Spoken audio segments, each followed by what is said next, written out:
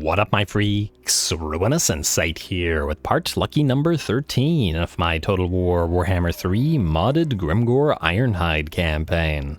So as we saw last time, Grimgor was able to destroy the Fey Enchantress and also cause the final Bretonnian Confederation, all the legendary lords now united under Alberic and the Bordelot Errant, and soon even they will be gone for good. In addition to that, we got a nice little fight against the elves of Elftown, or the Continental Exarchate specifically, as Gorkill is now between their last two remaining settlements, or at least over on our side, though it looks like these ones are in pretty bad shape as well. We also left off with a rebel attack on Vorburgwerk, and Fergal's Strongarm has got himself a decent little force here, so Blorg Pigkissa is going to have to do some beard collecting at last, as a little bit of a preview for the battles against the dwarfs to come. First on the list, of course, will be Carrick Ziflin, but I'm sure we'll encounter more dwarfs, Carrick Norn and whatnot, as we move southward.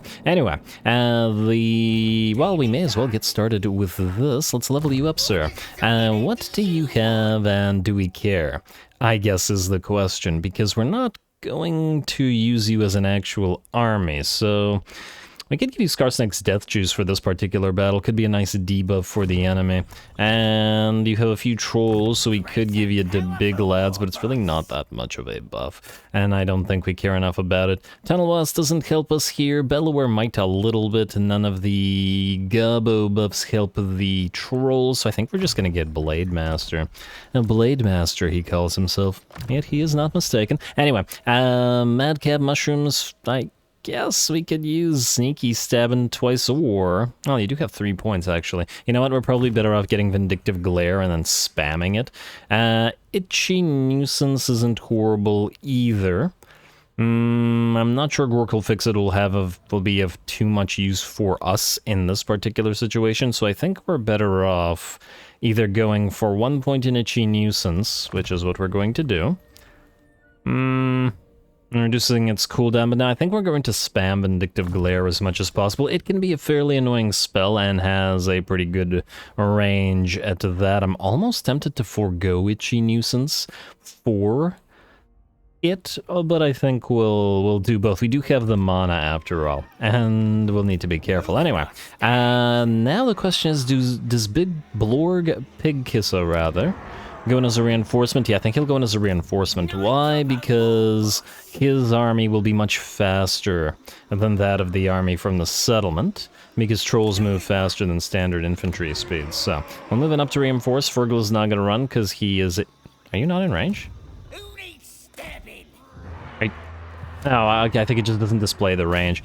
Yeah, he is in range, just it doesn't show it. Alright, this looks like a pretty good fight, though we are going to wait a sec while I remember about the engagement thing, and yeah, looks like we're pretty okay. Alright, so, once again, we'll do an hour-long episode, and since this is the 13th episode like the Bretonnian campaign, we're gonna lower the threshold one final time. 250 likes and 40 comments, and the next episode will be an hour long as well, but once we dip below this final threshold, we will be going back to 30 and 40-minute episodes, so do keep in mind if you're into that sort of thing. Anyway, Fergal's Strongarm, we are going to have to be very wary, particularly of the Iron Drakes and Thunderers. Fortunately, the AI is bad at controlling low-speed armies, and thus we don't really care about the Dwarfen Warriors as much. We just need to make sure that we destroy their range and prevent them from destroying our trolls, as since we saw it with the battles against the elves last episode, they can be pretty darn fragile when focused down. Away we go.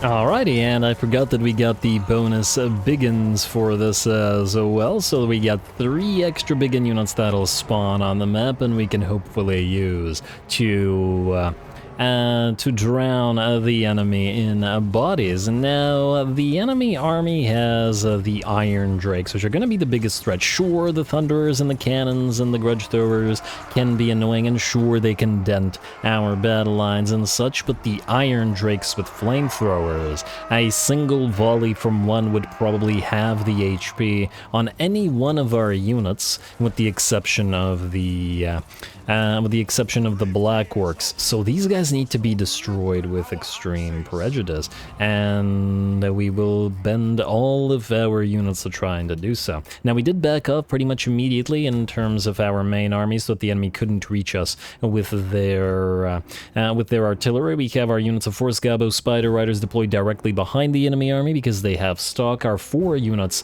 of Orc Boar Boys, not biggins alas, but still better than nothing, and deployed in the 2 forests where they can't be targeted. And then, of course, our reinforcements are going to come in over on this side. I could have drawn them out here and just waited a little bit, but at the same time, I didn't want the enemy army to focus them, so we will be sending at least a few of our units from our main army to distract the enemy range fire, while the trolls move in and hopefully knock out some of those Iron Drakes. And we're going to speed it up a little bit while the enemy reinforcements get here, or our reinforcements get here, and then we'll start moving forward like so.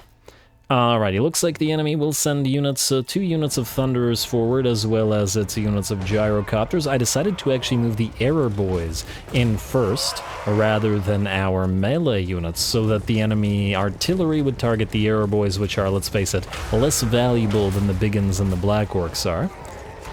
And we can let the enemy artillery explode a fair few of them while they move forward, and the melee troops move in behind, relatively unhindered. Alright, looks like we have sighted the enemy Thunderers, which are, to the enemy's disadvantage, blocked in terms of their line of fire and by this hill, but we can fire over said hill and with our archers. Nice. And now they have sighted one of our units up here. Guess these guys got too close in trying to go after the second unit, but that's not so bad. Once again, I don't particularly care about what happens to the Air Boys. They're just here to annoy.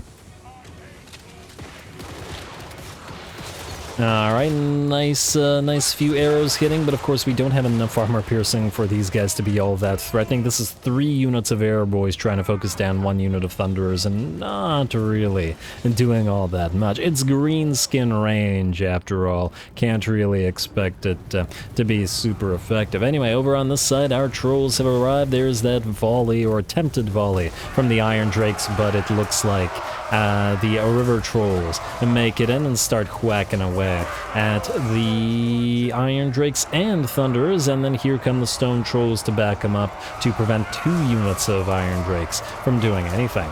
Perfect.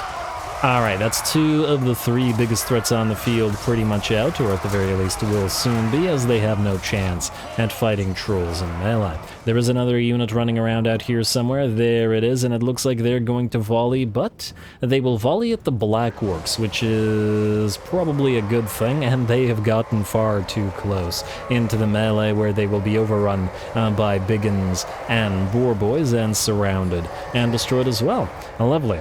Over in the background, our Spider Riders are charging in. This may not be the Spider Riders, but they have heard tell of Arachnic Spider Claw's success, and I'm sure have gotten a big head due to all that. And they'll certainly be able to knock out the cannons and the grudge throwers easy enough, and then back off with their speed before the enemy longbeards with great axes do too much damage. Great weapons, great axes, whatever. You better run a little Forest Gabo. See if you can get out of there with the rest of the spiders. Very nice, very nice. Alright, see those Thunderers are out. We are now focusing those Gyrocopters with Brimstone guns with all of our range units. Not that I expect them to be too effective at it. I'm still trying to figure out how we would want to build a Greenskin ranged-focused army, because range-focused might actually mean more so artillery-focused than range per se. I guess it really depends. Any elite units would take more damage from Doom Divers than they would from any of the Orky range units, but at the same time, any of the weaker enemy units would likely take more damage from piles of Error Boys and Goblin Archers. So I guess that'll mean we'll probably want to mix them up and probably try to acquire some additional range units from a few of our allies, and another reason why we may want to ally with Skaven to acquire them. Anyway, enemies are getting overrun, they're still getting held down by the trolls, and these are the river troll hags and the stone trolls, so far less likely to easily go down compared to the regular trolls. Can't wait to get this into the Gut Stabbers army. To power him up a little bit more and allow him to do more damage by himself to more elite enemy armies than he's been facing off against. Speaking of relatively elite armies, this one is just about done as the bounce power shifts to about 90% in our favor. There's still a few enemy melee units to be caught and destroyed. But with all the enemy range units out of the picture, it just ain't happening. Over on this side, it also looks like our Pig Kissa is about to be a beard collector as the enemy lord gets run down and destroyed. Fantastic. Couldn't quite catch that, but it was difficult to spot the model underneath all those boar boys, and there we go. Just like that, the rest of the dwarfs will shatter. It's always bizarre to see a dwarfen unit with full HP shatter, considering how high their leadership generally is, but, you know, army losses are sufficient here. And they'll get run down and destroyed. We're going to do our best to run down and destroy every single one of the units here. I don't think we managed to catch the brimstone guns, so that probably will have survived, but fortunately dwarfs are so slow, and the rest of the army should be done.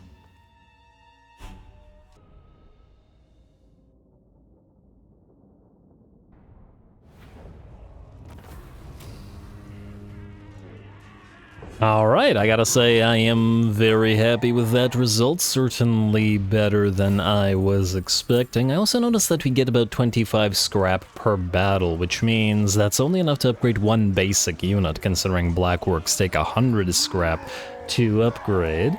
Yeah, there's still a very big limitation on scrap. Of course, we will be able to get structures eventually in decent numbers that make us scrap per turn, which will enable us to get more of those upgrades up and running. Now, we're going to take the ransom captives because we don't really care about this army, and we can use the cash and the reduction. Unfortunately, the remnants of the rebel army will survive, and Blorg will not be able to reach him here. You can just stay here for a turn and then hopefully hunt them down next turn. You don't need that opal amulet though. And do you have Root Marcher? Yeah, you already have Root Marcher. Well, damn. Okay. Next up, I think what we're gonna do is we're gonna send Snide Bootlicka back here. We're gonna jump him over to Garban Hold, which is a green territory. And then I'm really hoping that you can actually jump there in one bound. It would be unfortunate if you couldn't. You know what? Try here. It's a little bit closer. What I'm thinking is we jump him here and then recruit 2 Colossal Squigs for Gorkil's army, since he will tend to have a Death Star formation with a bunch of units blobbed up together. We want as many units that can buff the blob as possible, and Colossal Squigs are one of them. Actually, Giants are as well, but I am once again concerned about the auto-resolve from the Giants. But anyway, we'll see. We'll probably still get him a couple, because I just can't pass up that Savage Roar. Tech Thief. I believe somebody suggested that the names for the Tech Thieves could be Big Thinkin' Steela. I can't put that in one line. Steela, there we go. Alright, and wait, did we already do Aleheart? Maybe we did, maybe we didn't, but we're gonna steal from it now. So if I can select you, Mr. Big Thinkin' Steela, and then give you another buff to Steel Tech. And not to worry, we'll get more, we just need capacity that we, at the current time, lack. Nice, success, very nice. Now, to Diplo. Clan Eshin, Broken Axe likes us a little bit more, but we're probably gonna smack him around a little bit. Rapturous Excess and Clan Scryer. And Bone Rattlers.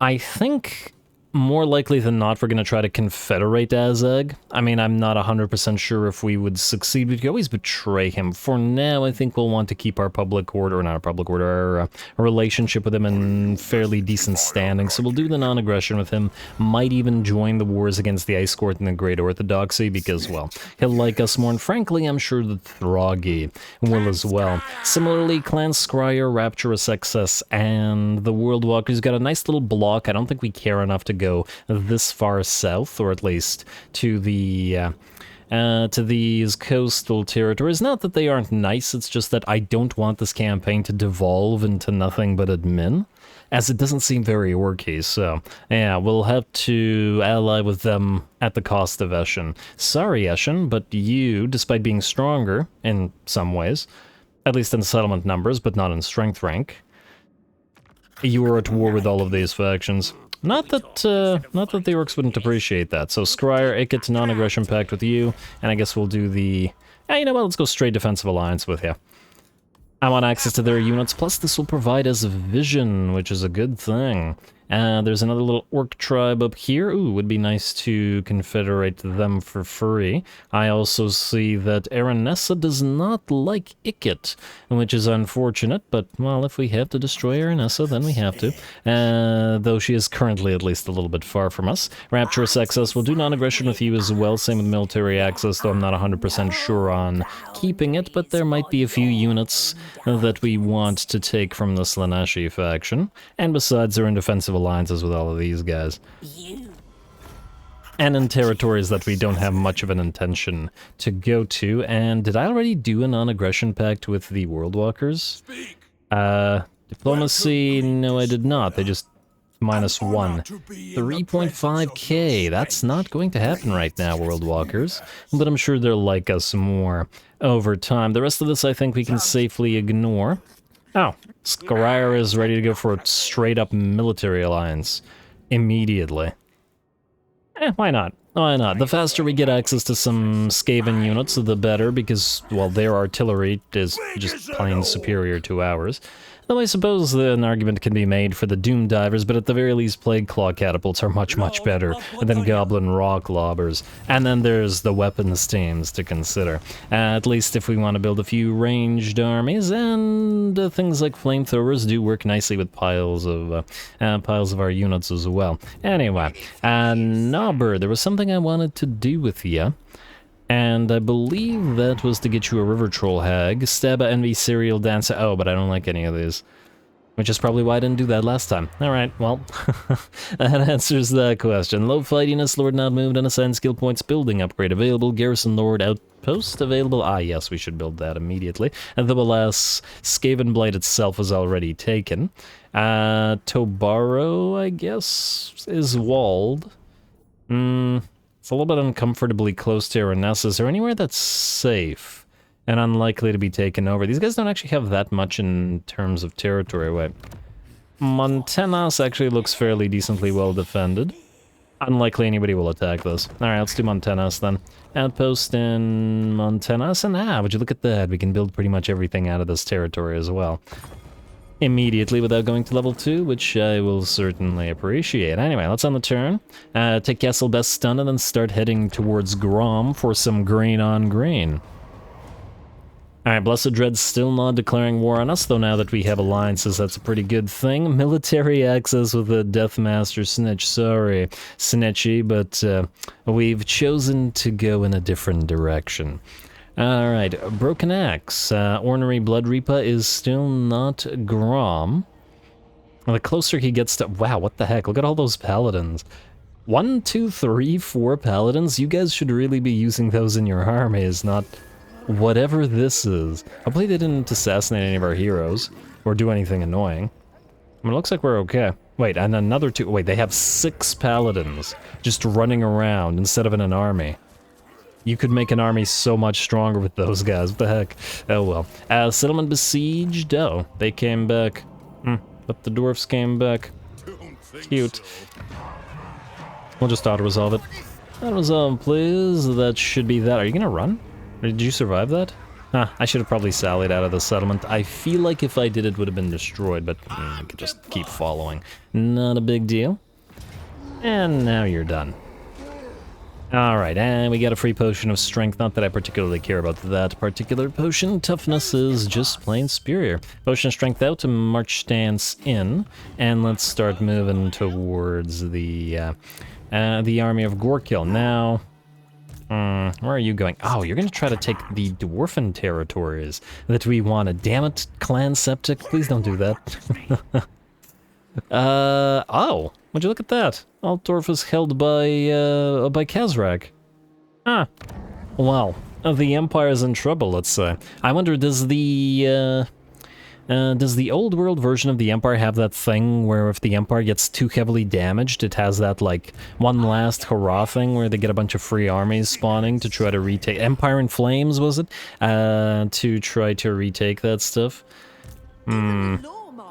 Althor lost. Okay, wait. I think we abandon Selfen to allow these guys to take it. But we take Gorcel instead. But we could trade it back to these guys. I mean, I guess we were trading both of these territories back to these guys, but, you know. Quickly auto-resolve this. There's nothing there anyway. Prevent the Skaven from taking it. Occupy. Let's see if we could do this right. And I guess we could do some investment into it. We're gonna trade it away anyway, but the more stuff we can get out of these guys, like military alliance and stuff, the better it'll be. Alright, next up, we want Snide Bootlicka. Can you jump up to here? Yes, you can. You can't go into regular stance, you can't recruit, but you can start on it next turn. Lovely. Grimgor. I guess we're just gonna have you take Castle Bastan. We could also, if we really wanted to, have Arachnic do it. What do we have in terms of defenses here, by the way? We have a pile of foot squires. I mean, if we really wanted to, we could send a bunch of Black Orcs up the walls. We just won't be able to watch it cinematically. It depends on if there are better battles to be fought here. Which we'll have to see. You, Spite, start on this. In regular... not in full speed for now. Start on this, Fortified Grog, Mathan's Blessing, and then do here as well. I wonder if we can land at Silent Isle still or no. And Power of Rage, another Mathan's... do those stack? Yes, they do. 20 turns of some power gobos. Well, I won't say no to that. Go by Silent Isle. And you should be able to auto-resolve the garbage here, and sail out next turn. Very nice. 121 lost. Man, it's so bizarre seeing the Goblin army get not hurt at all when the Giants lose like half their HP. Ooh, Bash's Axe of Stunty Smashing. Melee attack plus 10, weapon strength plus 10, and a little bit of armor piercing weapon damage. Should probably be like plus 50 or something, because plus 10 is basically nothing. Bordelot, thank you, and we'll immediately go into Camp Ruckus. Beautiful. Immediately also upgrade Castle Bordelot while we're here. And not Silent the last, but we'll get to it. You can also go for the idols, at least for now, until we transfer it or change it to something else. And Spike can keep grabbing islands and then head to Tor Beduz, which allows Nobber, I guess, to head to Deravan Libra, perhaps? We don't know what's south of us, which is the problem. I probably should have created a hero just to, like, run around and scout for us, but whatever. On the bright side, if we can keep a lookout for Grom from multiple sides, we'll be able to spot him sooner. This does not look worthy of a fight. I think it'll probably be a slightly more difficult fight than the Grimgor attacking this, because it's just too weak. Grimgor has a date with Grom. Maybe he's hanging out at the Massive Orc. And we might fight this. I think it might be more interesting, because that army is our weakest army currently. So we could send Grom here, or Grimgor rather here. Like so. Arachnic. We will have you go into WAAAGH and take Castle Bastan. Hopefully we'll be able to auto-resolve it with both of you there, I would imagine. Oh, Arachnic. Okay, no, never mind. Oh. And we won't be able to do it this way. Wait. Break siege, 1 second. Can Grimgor do it by himself? Because there's really no need to fight this. Let's face it, the Black Orcs will go up the walls and rip everything apart. Pyrrhic victory. Which means it'll probably badly hurt our Giants, but yeah, at least no losses this way. I guess, Grimgor, you're doing it. Auto-resolve, sir. And yeah, as obviously it'll hurt our Giants, but yeah, there's no need. And Ogre Blade, there's that province completed, and oh, we got a Goblin Workshop here at Tier 4. That ain't bad. And I guess we can keep the Black Orc Barracks. Not so sure about the Gloomy Hollows, however. At least at the current time. Either way, Boss's Tent for you, and I guess Raiden Stashes. And we'll start on that Camp Ruckus as well. We are missing the idols, but no big deal, I guess. Alrighty, now what's next? Arachnic, we want to head you towards Castle Sangas. We'll also probably want to put you in raiding stance and pop it into enemy territory, so that you can raid them and heal more, and then, well, let's just hope that you can take it yourself next turn, but if you can't, we'll play it manually. Alright, the rest of this works, and ooh, Aleheart's being besieged by some rebels and will probably fall because there's basically no defenders. Alright, who still needs to move? Ugh the Recruiter, is it time? You know what? Let's get Grimgor's rogue idols up and running. We need to start ferrying them to him, so 2 rogue idols for you. Right there. Grimgor needs them. And we'll see how much money we have remaining after this turn, and if it is sufficient, we'll start on recruiting boar boys of various kinds. I'm tempted to, if we're gonna ferry anyway, we could get the 1 giant over there. Or I suppose we could global recruit the giant as well. As in, together with the colossal squigs. Ooh, at 647, that's with the massive reductions here. It's gonna cost like 3k for each colossal squig. That's a little bit much. Maybe we should, but at the same time, it'll cost turns to actually transfer, so if it costs 10 turns, then there's no real reason to do that, eh? As in global recruit or local recruit over there rather than global recruit here to save the money, because you're not really saving the money if you're spending 10 turns and getting over there. Well, probably not super important either way, and we can wait until next turn. Big thinking, Steela. Go steal some big thinking as you like to do. Annoy these dwarfs. And you will fail at annoying these dwarfs. Okay, you should stop failing Grimgor. He doesn't seem like he would appreciate failure all that much. Also, too bad that greenskin heroes can't use underway stance. It's a little bit odd that they can't. Alright, Ublug. You, sir. And we're supposed to join Arachnic's army, but it looks like you won't be able to this turn, but next turn we'll send you to join up. And I believe that's it, other than the buildings. And I guess this little fight, which we will do in a few seconds. Or do we want to do the fight first? Not to the buildings first, just to separate a little bit. Whale Coast, you are going to build that Savage Altar, because it's the only option, and I see that you're still in Camp Ruckus. Oh, and the reason for that is because you need to upgrade these. Yeah, it's going to take a while to grow them. Fine, fine, fine. Orky Shacks here, Artois, let's upgrade you to next tier. Leona's Hills, tier 5. Ooh, 6k. It's a little much game, but I guess we'll have to. Alright, then we will go for the Gabo Metropolis, or the Gabo Tents. And I guess we have to build the pile of shiny stuff here as well. And I also noticed that we're missing one at Soleil, but we'll have to redo some of the buildings. I might redo some of them between the episodes just to save on screen time.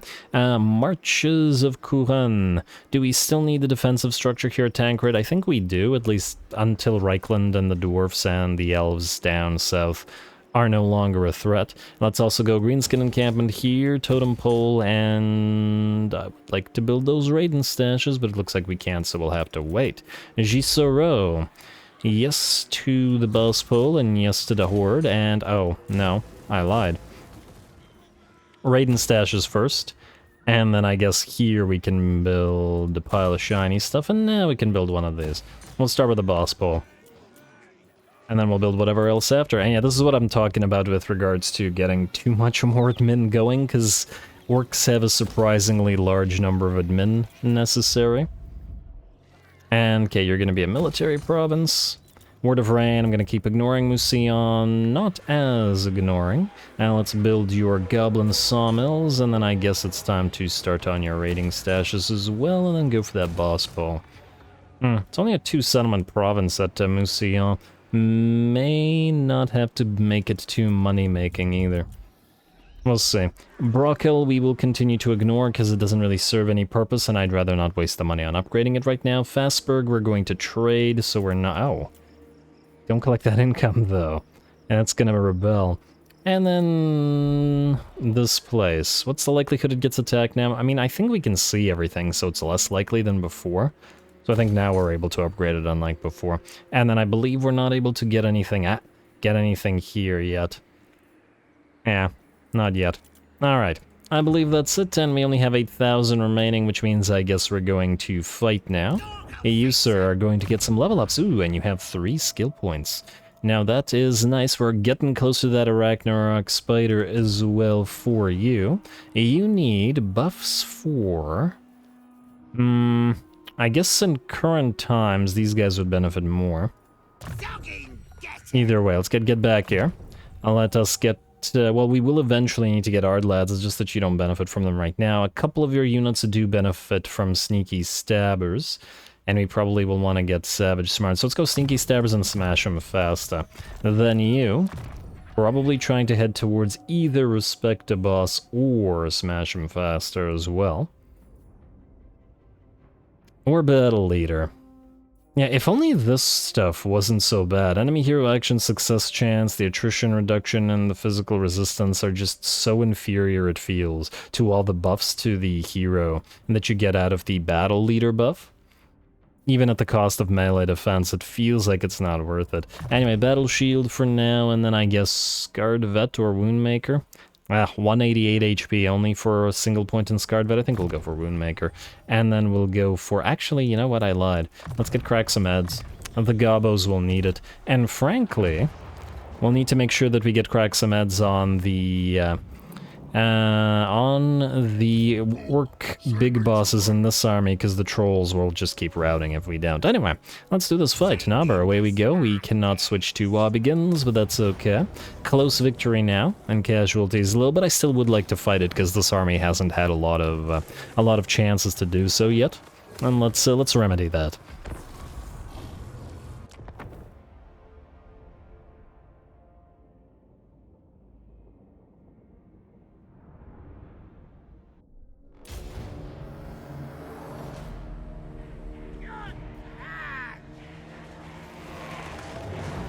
Alrighty, here we go. A little bit more work for Mr. Nabar here. I was originally going to replace him, but now he's been around for a long enough time that maybe we'll just keep him in. Anyway, here we go. The Biggins are gonna head towards the enemy settlement and hopefully engage those piles of enemy foot squires and men-at-arms and whatnot while we wait for the enemy structures to get brought down and by the Doom Divers. It looks like the Doom Divers are actually pretty darn good at bringing structures down. This arrow tower is nearly done, and so is this barricade, which kind of makes me a little bit jealous considering how long it took Grimgor's army to take down a few of those structures, even with the giants whacking away at them.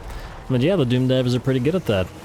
Certainly a reason to have them in more armies, which I'm sure will. Anyway, moving in now, some of the Wolf Riders are trying to get a little bit of damage on the enemy Peasant Archers, though I see that they're not really spreading out their arrows as much as I'd like and only hitting the edge of the Bowman's formation. Peasant Bowman, whatever. I also noticed that the enemy Trebuchet is actually arcing shots over this wall and smashing down into our units of Biggins back here, which is pretty darn good job from their archers, and I believe that was from one of the towers. Yeah, that was from this explosive tower. And the field trebuchets as well. Damn, this is not that good a place to be then, especially as it is a tier 4 tower.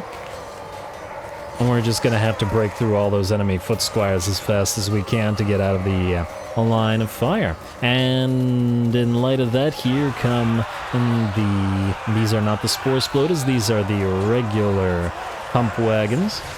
Punching right through that enemy line and applying that armor sundering, which we probably did need against the foot squires a little bit, as we don't have Black Orcs here.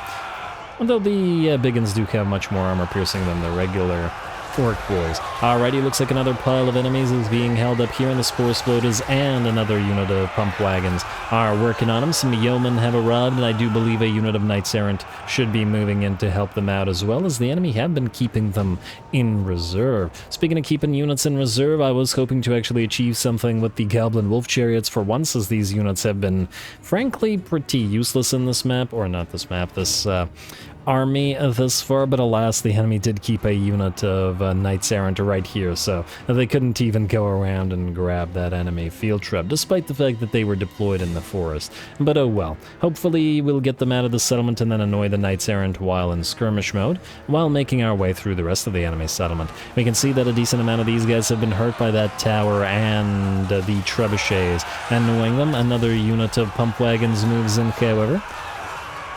And Mr. Nobber has been fighting in melee this entire time, despite being a little Gabo Shaman Lord. So good job to him. Much more orky and impressive than your average Gabo Shaman. I'm being willing to fight in melee, I mean.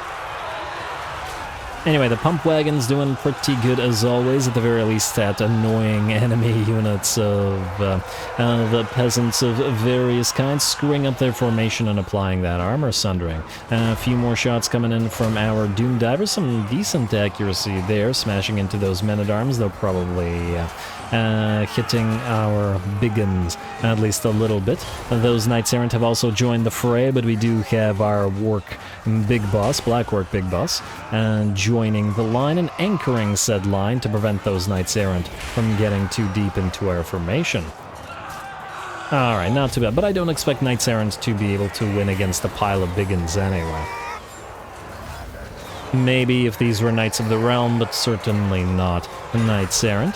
Though I'm sure it'll take a while to break through them here, especially with those pump wagons no longer here. We can certainly send the pump wagons around to help in a little bit, as we have finally managed to break through on this side. And once again, the reason I decided to send the pump wagons here was because these units are being too heavily damaged by the trebuchet and the tower.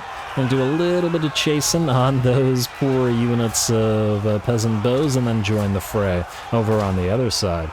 And hey, at least the pump wagons are getting some air. I certainly missed that aspect of the Bretonnian campaign. And once the Boar Boy army makes it in, then I'm sure we'll get plenty more of that. And I suppose the Boar chariots as well, though I haven't decided which army I'm going to put them in.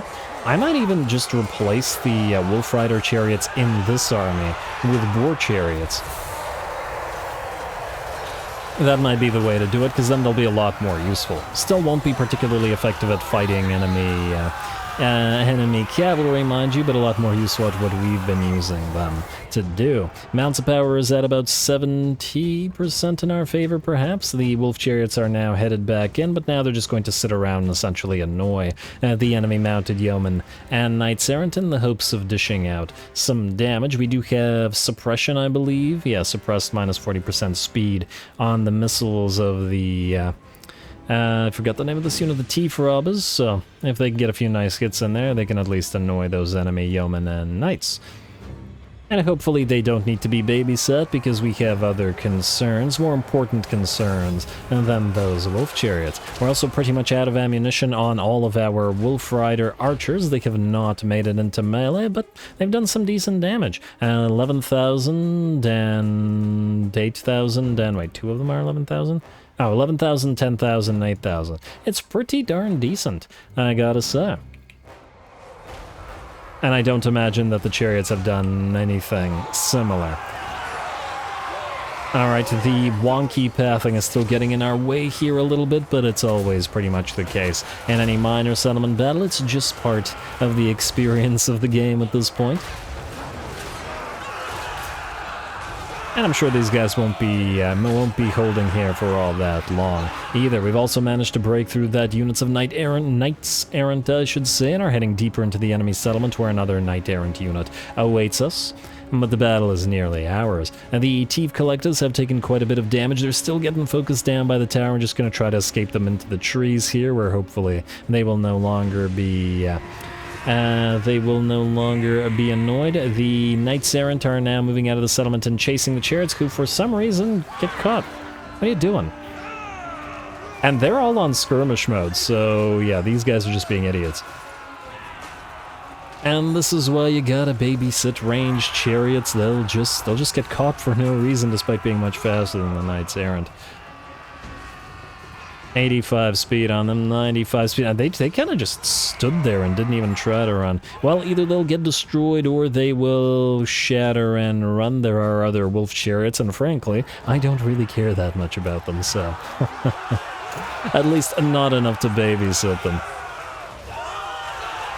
I'd care enough if it was the Wolf Riders, because I actually like the unit a lot more. But we have other units.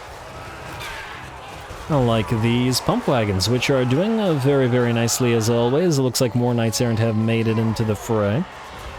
I have 80 armor on them, but that'll be down to 50 once the pump wagons apply their armor sundering, which will be pretty good. These spiky rollers are up to 14k damage. These ones are up to nearly 19k damage. And by the looks of it, the pump wagons are actually out-damaging the various biggins pretty considerably. Now granted, since the pump wagons were by and large fighting enemy peasants, it's hardly surprising that they were able to dish out a lot more damage. And because it's a pretty ideal situation for them. If they were fighting the Knights Errant much more, God forbid, or Gork forbid, much better knights, and they would have just been obliterated, but this was a good situation, thus they got a lot more damage. Alright, not that that matters, because the battle should be ours very soon. Probably just gonna have to break through these Knights Errant, and there will be little more the enemy can do. There is another barricade to deal with up here. But the enemy Knights Errant that tried to sally out looks like they just got surrounded and ripped apart by the various biggins. Alright, and the pathing's still being a little bit wonky over on this side, but that's okay. You're gonna have to babysit somebody, and we'll be babysitting the biggins by repeatedly ordering them to re-attack those barricades. Pump wagons and the other biggins are making their way through. The peasants are nearly out, and I'm sure the Knights Errant will follow shortly, being down to about half HP, and the balance of power still continuing to drop. More and more of our units moving into Saran, and we should probably get our Goblin Wolf Rider archers as soon as a path opens up to try to move past all this and get to those darn field trebs in that darn tower. And looks like the enemy Knights Errant managed to catch another one of the units of the wolf chariots, because once again the skirmishing is wonky, and I just decided to, you know, say screw it and withdrew them off the field. So it looks like the wolf chariots will all survive. And this way we don't have to watch them anymore. The enemy, however, cannot say the same, as it looks like they're just about done here. Nearly surrounded. Ow. Knobber decided to run, but you know what? That's fine. We were keeping him in melee even though he was a goblin shaman, so this is not something he was supposed to do, but he was having so much fun. And he'll rout at half HP, which means he'll come back in short order. And I see the movement of all these units suddenly shift, which means they are routing and shattering, and I do believe with that, the battle will be ours. Alright, certainly took some effort. We can see several of the biggins having taken quite a bit of damage. The football hooligans, the defriendly neighbors, and as we saw earlier, the thief collectors all got badly beat up. One of the pump wagons as well, and got badly beat up. And now, wait. Did anybody name pump wagons? Have we not gotten pump wagon names? Guys, we need pump wagon names, because this is not the only army that will have them. And we're gonna get a few more. Grom's definitely gonna have pump wagons, and I think at least one more army should be making use of at least some just for that armor sundering ability. Anyway, we're gonna speed up the rest of this as we force the enemy to shatter. And there we are. Pyrrhic victory for us, a decent bit of damage on the biggins and on those withdrawn wolf chariots. But yeah, let's see what the actual damage was there and how much damage we did.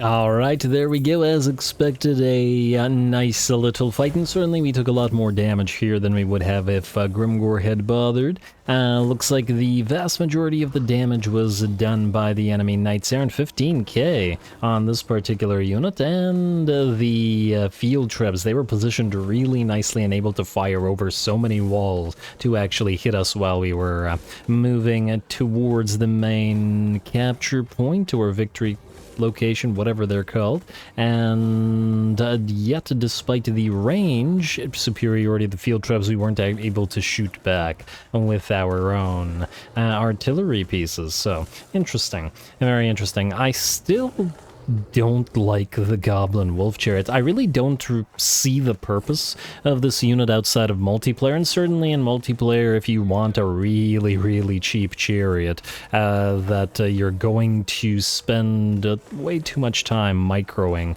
and you want to save every piece of gold you can to get other units.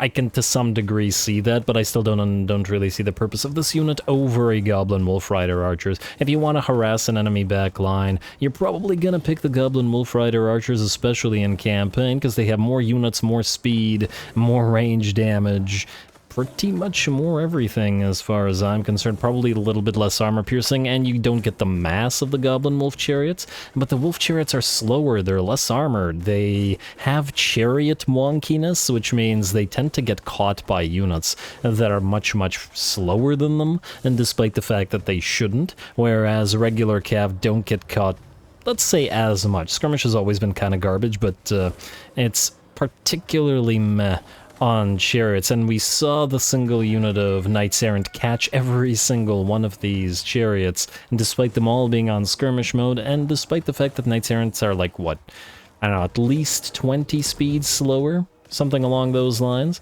Yeah, anyway, Occupy.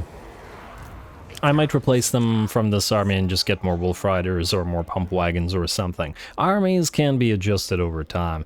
Mostly they're in here for flavor to be with the Goblin Wolf Riders, but, well, we can put more Wolf Riders in here if we desire. I just want to double check. Yeah, we get the same buffs for the Wolf Riders and for the chariots. And oh, and this is with the chariots getting more armor buffs, so their standard armor is 40, eh? Yeah. Just comparing them briefly to the Wolf Rider Archers. They do have more charge bonus, so there's that. Charge into the back line and charge, yeah, but you can do the same thing with the Wolf Rider Archers as far as I'm concerned, but anyway. And the Wolf Rider Archers would probably be better at chasing as well, as in chasing down or running enemies. Anyway, I believe that's all we gotta do this turn. The army is still fine, and even the hurt chariots will be repaired more or less over the end turn. In fact, we can bump that up a little bit, can't we? Like so. Did it actually increase at all? 9-2 versus 9-2. No, it didn't really change, did it? 34-3. And 33-3. Ah, so it did. We get one extra unit if we raid our own territory. Fine, fine, fine. We don't need the hag hut here. Although that does remind me to double check the general troll hags. Nah, bearded choppers. Don't particularly like either of those, or those, or those. And we can't look at the shamans right now because we need one for an army shortly. We can also build the idols here, and I guess we may as well immediately build the raiding stashes. Can't have too many of those. Alright. And do we want to delete the Goblin Watchtower, the Chateau de Paix? We probably do, just in a bit. Anyway, low fightiness on who? Not on Nobber. It's the recruiters again, isn't it? Yeah. It's because they have that one darn unit, but once that is actually in an army, that won't be happening anymore. Otherwise, I think we're fine. Unassigned skill points upgrades, and double check Diplo again. And next Snapper's Tribe. You don't want to confed despite the fact that you're basically dead. Interesting. Well, that's your problem. I don't believe anything else here we want to deal with. We could do the alliance with Septic, but I'm going to wait on that. It really depends on what territories they take, because we may want to take them back. End turn. Alright, raiding in Deravan, Libra, and this is our own territory, so we don't care. Let's find us some Grom. Alright, can anybody attack us? I didn't see whether the Bordeaux Errant moved already. Septic probably wants that military alliance, but no, not right now. And, oh, I saw their army move. I wonder if they managed to take a territory or not. Oh, and the elves. Thawing relation. The coming of the end times can make allies of bitter enemies and strengthen the bonds of existing friendships, diplomatic relations, plus 10 of the clan scryer. Are you sure you want to ally the coming of the end times? Maybe clan scryer isn't quite the faction you want to align with for that particular event. I'm just saying. Anyway, move right here. We'll go into ambush, and then maybe we can catch Altherlos outside of Town, because currently this army is too weak to... okay, you can go into underway stance. Currently this army is too weak to take it. Otherwise, there's nothing too problematic out here. This army is... Oh, watch them take this territory from the Skaven. Huh, well, I guess it'll be another territory that we could trade, similar to Gorcel, which we will trade to these guys. So in some ways that works out. Anyway, Grimgor, what I would like you to do is find Grom. ASAP. They are not going to like our trespassing, but, well, we're going to beat Grom up, so that is inevitable. Wait. Can Arachnic take Castle Sungas without interference from Grimgor? Yes, he can. Oh, yeah, because it's, oh, they don't have a pile of better units here, do they? Alright, we'll probably do that, unless we can't find another battle next episode. Also, before I forget, you get yourself 2 Colossal Squigs. 3k, is it? Something along those lines? 2k, oh, not as bad as I thought. Yeah, let's do that. And they're going to take 6 turns to recruit, but nonetheless, maybe just do it. I'd be tempted by the Giant as well. Is there anything that can increase our local or global recruitment capacity? Alas, I don't see a way to do that. You don't increase it in any way either? No. Alright, well, it's fine. You're relatively close to Gorkill, and you'll transfer those Colossal Squigs to him once you build them up, and the main reason I want them is for their buff. We'll put more Colossal Squigs in the Squig army, not to worry. Anyway, Grimgor, since you're not needed over there, you're gonna go here. And, aha! Grom. Hey, come back here, Grom. Where are you going, bud? He's probably going to here, isn't he? Okay, what we need to do is make sure that he does not go there. We want him to return close to Grimgor, so that we can fight him. Ooh, he's got 3 Arachnaroks. It'll be a shame to destroy those, but that's what we're gonna do. Auto-resolve this. It would be funny if the player could suffer from being forcibly confederated by the AI, like if Grom could defeat Grimgor, and then the player got confederated. I don't know how that would work, but it would be amusing. Is Shinnah owned by Skaven, or is it an actual ruin? I don't know. Interesting. Well, we'll see. Spite. Oh, you were the one that was low fightiness, weren't you? Go to the Sea Corpse briefly, and then go down to this place. And keep an eye on whatever else is south of you. Loot the carcass, auto-resolve. A little bit of damage, but not so much that we care about it. You know what? Heal up because you're about to land. Come on, materials at sea. Did we get nothing? Just a little bit of treasury. Oh, better than nothing. You can go right here. Maybe this will allow you to land. Maybe it won't. Are there defenders here? There are. Nothing crazy, though. Oh, and you can't land this turn anyway. I was about to say, maybe we should raid the water, but I don't think that's a thing. I mean, sort of a thing, but it's not like there are trading routes here to actually be raiding. Anyway, Arachnic, I think we're just going to auto-resolve this place and allow Oblug to join you with, Trickster Helm, nice. With some units replaced to occupy the place. And you're probably not going to keep the Trickster's Helm, even though you are a legend. I'll think about it. I might give you an Armor of Destiny. What would be... Yeah, keep the Trickster's Helm for now. And we'll think about it. What do we want to delete in favor of you getting into the army, sir? We have 1, 2, 3, 4, 5, 6 Forest Goblin Spider Riders at the current time. And 1, 2, 3, 4, 5, 6, 7, 8. Okay, we have way more Spider Rider Archers. Let's join these 2 Spider Rider Archers together into 1. And then pop you in here. There we go, very nice. Now we have all 4 of these guys, and all of them will have spider mounts eventually. A little bit of time it'll take, but that's fine. I really want more lava spider rider archers. I wish they weren't so difficult to acquire. And I do know that we have another Call to WAAAGH available. Oh! Huh. It would be 14 for calling it on Garam. Yeah, here's the problem, though. The biggest Yumi's trophy gives us +8 control. I am willing to bet that whatever trophy we get for attacking Grom won't give us control, so it's probably not worth it. We may want to call the WAAAGH in, for example, one of the Kislevite factions, because they're Yumis, and we might be able to get a decent amount of a reward for doing so. But right now, it's probably not worth our time. At least I wouldn't think so. Anyway, let's keep going. Big Thinkin', Stila, and WAAAGH Finder. Well, WAAAGH Finder still got a lot of travel time, but, you know. Where are you, sir? Hey, success, very nice. Well, you're getting closer.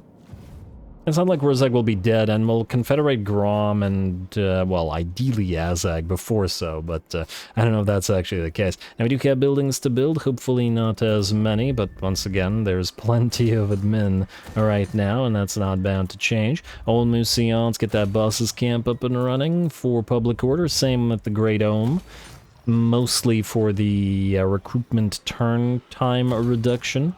Not that I super intend to recruit stuff there, but it may happen, and thus we'll need to be prepared for it. And get that boss's shack, and wait, now we'll prioritize the upgrade of the Silent Isle to Tier 3, because obviously you want to prioritize building up your settlements rather than your buildings within said settlements. Danst, I guess we'll need to get the boss's tent here, because we need one everywhere. And so we'll prioritize that. Gisero money, Theraville money. Ooh, wait a second. This place makes 300 gold days, so like the gold mine, this could be one of our biggest money-making provinces. In fact, the Whale Coast, despite having only 2 territories, is our biggest money-making province by virtue of the Stunty mine, which goes up to 928 by virtue of the bonuses from those heaps of gold piles, or the Horde, and the Greenskin shipyard. Yeah. So the gem mine could also be of a similar type. Let's build the heap of shiny stuff here. Sure-wheeled forest. There is nothing to build there because we're waiting on it. Word of Rain. No. What are we doing here? Kessel Sangask. Yeah, we don't need the spider building here, at least not at the current time. It may change. But it won't change right now. Go for that boss's tent, and nothing here because we need to wait until it gets upgraded to Tier 3.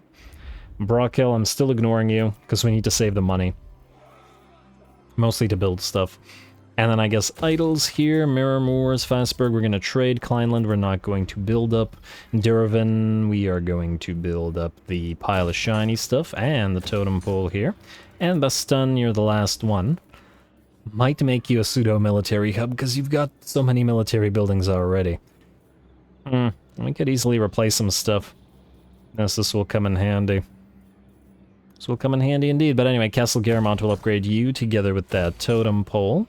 And I guess we will build the pile of shiny stuff here. Alright, that was the last thing. And I do notice that the treasury is still at 18,000 gold, which I do believe means we are ready to start recruiting the... Where are you guys?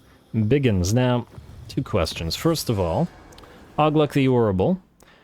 The following units receives us, so you buff Boar Riders and Orc Boar Boy Biggins, but I noticed that it's only regular Biggins, not Savage Orc Boar Boy Biggins. You do, however, buff Orc Infantry, and that includes Savage Orc Infantry, so we want regular Boar Boys, or regular Boar Boy Biggins, but we don't want Savage Boar Boy Biggins. We might get a few, because they're anti-large, though, as opposed to the regular Boar Boy Biggins, which are anti-infantry, just for fun. And, ooh, we got Bone Clubbers here. A moment. Does he buff Bone Clubbers? He does. Wait, why do we have a capacity of 3 now? What the heck? What is giving us capacity for this? We used to have capacity for 2. I'm not sure what building gave us those. Well, may as well use them. You're gonna start with building some Boar Boys, or are you? I just realized that you can't actually recruit them here. You can recruit the Savage Orc Boar Boy Biggins for 42 gold. Which ain't too bad. But you don't have the building here. Which means we're gonna send Kurga Beardtaker, which sadly does not have Musterer, to go here. And start, I guess, on recruiting them. Though they're going to be expensive.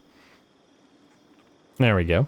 Orc boar boys, boar boy biggins. Oh, they're not actually that expensive. 357. 1, 2, 3, 4, 5.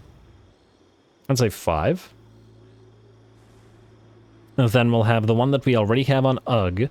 Plus we'll have the Regiment of Renown. That'll be 7. Then I guess we'll get 2 boar boys, Savage Orc boar boy biggins as anti-large specialists. Then we'll want to build some biggins in this army as well, as it'll be a very biggin-centric army, like so. And yeah, this is going to absolutely hurt our money making. We'll also need to get a ferry to grab the units for Grimgor, which is going to be a Night Goblin war boss, I guess. It doesn't really matter which one of these does it. Yeah, let's get you. And we'll have you transfer. Oh, there was probably another one available that I could have used, but whatever. Root Marcher for you, sir. And that's it. Alrighty. With that, I think we are good to call the episode, and next time we will complete the sneakin' tech and then unlock Oglock the Terrible, which will replace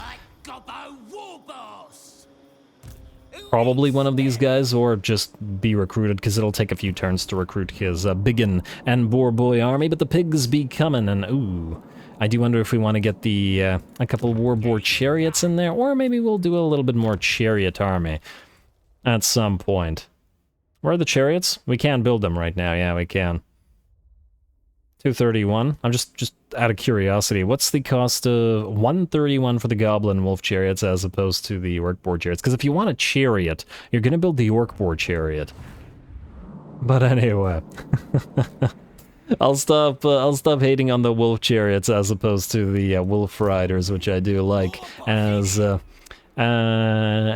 a light cab or skirmisher cab. Anyway, out of time, and next time we will try to attack Grom the Paunch, presuming or hoping that he doesn't run from us, and confederate him, thereby hopefully keeping the Barrows of Quila at tier 5, continue moving southward and hopefully destroying Bretonnia, hopefully destroying the elves, and then starting up on the dwarves, getting our boar army up and running, and, well, just continuing our advance all over the place. It looks pretty good so far, but it can always get greener. Stay tuned for more. Don't forget to leave a like and comment, especially to Threshold. All glory to the algorithm, and thanks for watching.